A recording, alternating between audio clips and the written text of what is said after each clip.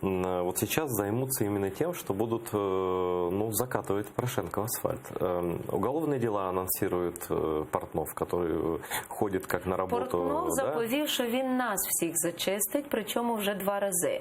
Перший раз це був перед другим туром президентських виборів, де він в тебе на каналі в Телеграмі писав, що нужно посоветуйте, де строить фільтраційні лагеря для порохоботів і для цих американських пособників.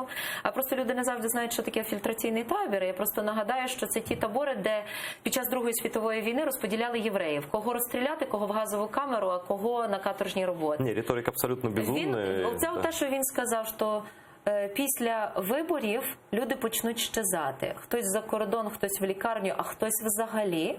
Ну, а вчора, що ми якнайшвидше маємо зачистити всіх порохоботів. Нужно як можна швидше істребити. Істребіть, це ще краще слово. І те, що отаке собі дозволяється взагалі в публічному просторі, це є неприйнятно.